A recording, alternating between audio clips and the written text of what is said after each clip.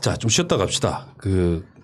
마약에 취해서 흥청망청 하신 분 이야기를 잠깐만 우리가 짚고 넘어가야 됩니다. MBC가 어제 단독했죠. 약병 들고 휘청. 이재용이 찾은 또 다른 성형외과. 단독. 이재용 암호는 장사장. 프로포폴 전담 브로커까지 있었다.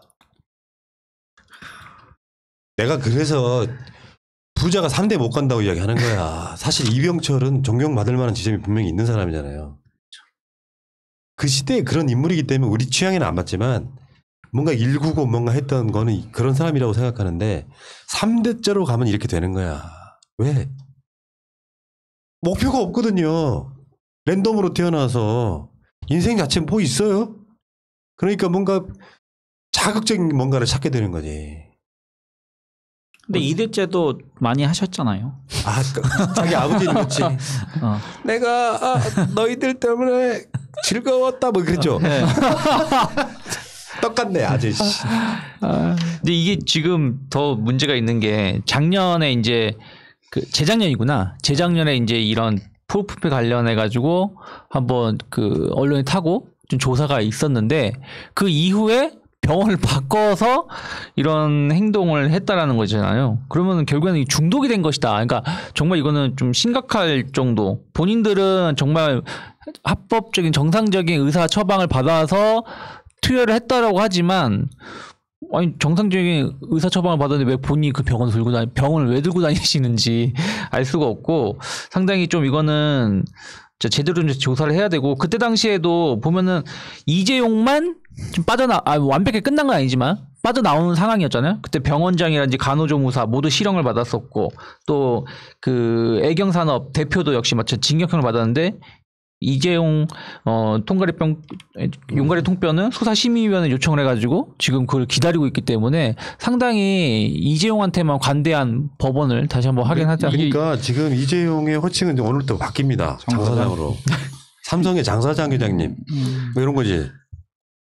이재용 관련해서는 참 이게 얘기 들어보면 아예 직원들은 퇴근하고 병원장이 맞이해서 이렇게 했다는 거잖아요. 정말 조직적이고 체계적으로 대접을 받은 것 같아요. 연예인들 같은 경우는 다 내보내고 하지는 않은 것 같은데, 그리고 약병을 들고 휘청 이런 거 보면 보통은 프로포폴 맞고 잠을 자거나 침대에 누워있을 텐데 마치 여기서도 나는 왕이다 이런 것처럼 병원에서 주사 맞고 양병 들고 돌아다녔다는 거잖아요. 그게 좀 연상군이 연상되잖아요. 이게 완전히 그게 아니면은 이게 네. 워낙에 중독이 돼서 한 병 갖고 모자르니까 한 병 더 이렇게. 그러니까 이게 얘네들 완전히 무슨 이렇게 딱 자기의 궁처럼 그냥 병원 하나를 딱 그냥 만들어놓고 그냥 본인이 주사 맞고 찌르고. 프로포폴을 주사를 맞고 일부는 마셨나 보다. 병을 들고 다. 그게 좀 약간 이해가 안 되더라고요. 그래서 야 얘네들 정말 좀 갈 때까지 갔구나 이런 생각이 좀 들었습니다. 그러니까 여기서 지금 그쪽에서는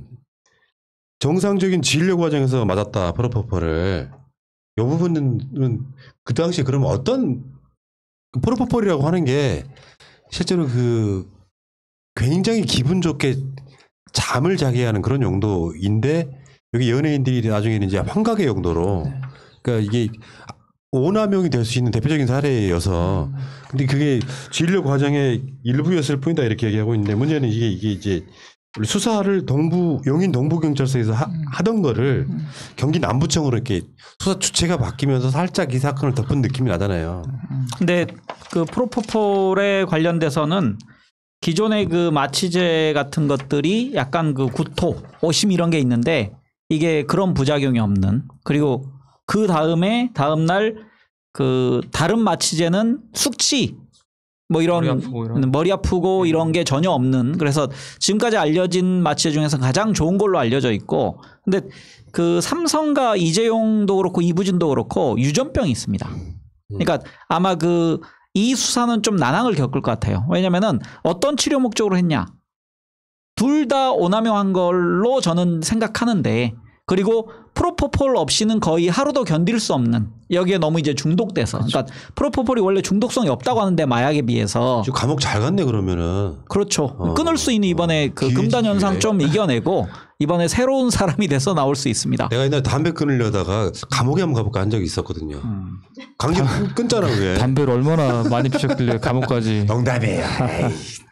그래서 아마 그 집안에 있는 유전병을 핑계를 대면 충분히 그 변명의 여진이 있다. 그리고 대한민국에서 가장 좋은 변호사를 쓸 것이고 삼성 내에 속해 있는 변호사만 김앤장 다음으로 많다라는 얘기가 들릴 정도로 소속 변호사가 많기 때문에 이거는 그냥 제보가 나왔고 우리는 알고 있지만 이게 여기에 관련돼서 처벌을 과연 검찰이 어디까지 할지 이건 좀 지켜봐야 될 것 같습니다. 삼성에서도 예를 들면 정상적인 치료 행위였다고 하면 이렇게 예를 들면 병을 들고 흐느적거리는 모습이 나왔을 정도면 그리고 이게 정상적인 치료 행위였다고 하면 말씀하신 것처럼 구체적인 병명이나 그런 상황에 대해서 국민이 납득할 수 있을 정도로 설명을 좀 해야 된다고 생각합니다. 예.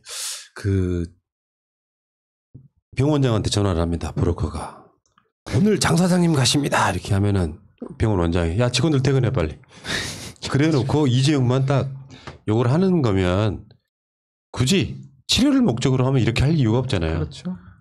그러니까 이게 뭔가 불법성이 있기 때문에 우리 장 사장님은 지금도 그 감옥에서 프로포폴을 그리워하며 혹시 감옥에서도 프로포폴을 어떻게 맞는 거 아닌가요? 그게 옛날 같으면 아마 가능하겠지. 간수를 매수할 수 있는데 지금은 불가능할 겁니다. 왜냐하면 CCTV가 워낙 많아서 이제는 불가능. 근데 저는 여담입니다만은 왜 이재용을 장사장이라고 했을까 좀 그게 궁금하긴 하더라고요. 그건 이유가 없는 거죠. 장사장. 이재용을 안 떠올리게 하기 위해서 전혀 관계없는 걸 갖다 붙여야지. 그런가요? 장사장. 뭔가 의미가 있을 것 같은.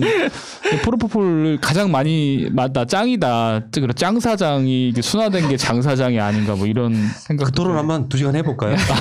아니 궁금하잖아요. 장사장. 그 브로커가 순간 떠올랐던 게 장 씨였어요. 아니 근데 왜냐면 보통은 김이 박이니까 뭐 김 사장, 이 사장 이렇게 뭐 편하잖아요. 그냥 그런가 보다. 근데 굳이 장 사장. 자, 그거 찾아 빨리. 왜 장 사장이라고 했을까? 앞뒤가 똑같은 아닌가? 그래서 네. 그런가? 장 사장. 뭐, 그럴 수도 있겠네. 네. 근데 어쨌든 이분이 이 일반 병원에서 치료를 받는 그러니까 유전병이라고 한다라면 일반 병원에서 받아야 되는데 성형외과에서 뭐 관계되는 쪽에서 맞았다는 얘기는 좀 그렇게 빠져나오려고 해도 좀 쉽지 않을 수도 있지 않을까 생각을 좀 하고 있고요.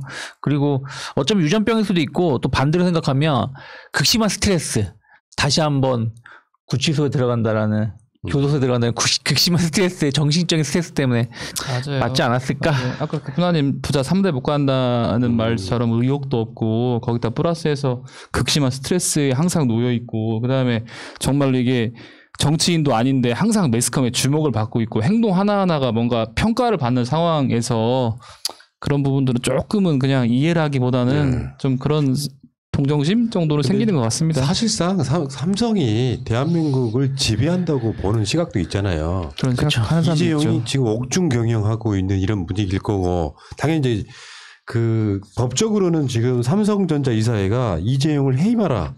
그러니까 횡령 배임 등의 이런 죄를 확정받고 들어갔으니까 해임하라 이런 얘기가 나오긴 하는데 사실상 그게 큰 의미는 없을 것 같고 뭐 지배구조 이런 것 때문에 문제는 이런 자들은 불법을 행해도 말하자면 이런 거 있잖아요. 진짜 대한민국에서 만만한 연예인들은 프로포폴 잘못 맞으면 한 5년 이상 못 나오는 경우도 꽤 있거든요. 근데 요거는 불법적인 거를 굉장히 교묘하게 막 자기가 이렇게 마약 성분을 투약하고도 그냥 그렇게 사는 거예요. 변호사만 잘 쓰면. 이게 잘못된 구조인 거잖아요. 그래서 뭐 삼성의 변호사들이 나서가지고 우리 회장님, 우리 장 사장님 구출하려고 얼마나 또 노력을 하겠습니까?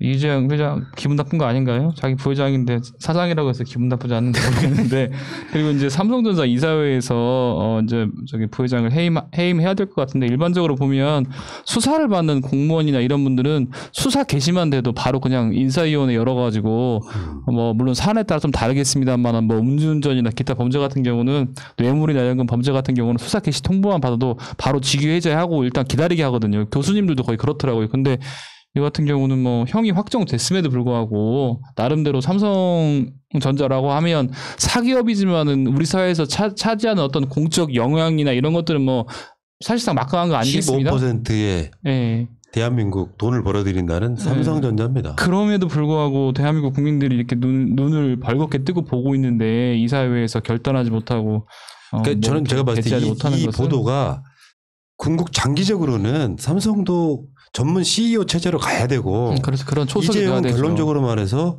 운영에서 물러나야 된다라는 그 과정이라고 저는 생각하거든요. 이런 심신미약자가 삼성 그 이건희 이재용 일가의 것이 아니고 그렇죠. 수도 없이 많은 주주들의 것이니까요. 주주들의 것이고 예. 어떻게 보면 국민들의 것인데 삼성이라고 하는 좋은 기업이 이재용 때문에 망할 가능성이 있는 거예요. 어떻게 보면 이런 지점 우리가 한번 지켜봐야겠죠. 맞습니다. 알겠습니다.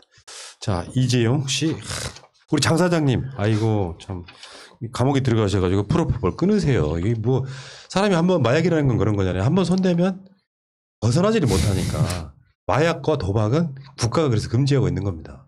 생활이 피폐돼가지고 그 유아인 나오는 어떤 영화에 그런 거 나오잖아요. 베테랑이죠. 아, 진짜로 죄송하면 저 창으로 뛰어내릴 수 있어요? 이렇게 물어보는 그게 이재용을 모티브로 갖고 왔다는 바로 그 캐릭터예요, 그게. 알겠습니다. 여기까지 하겠습니다.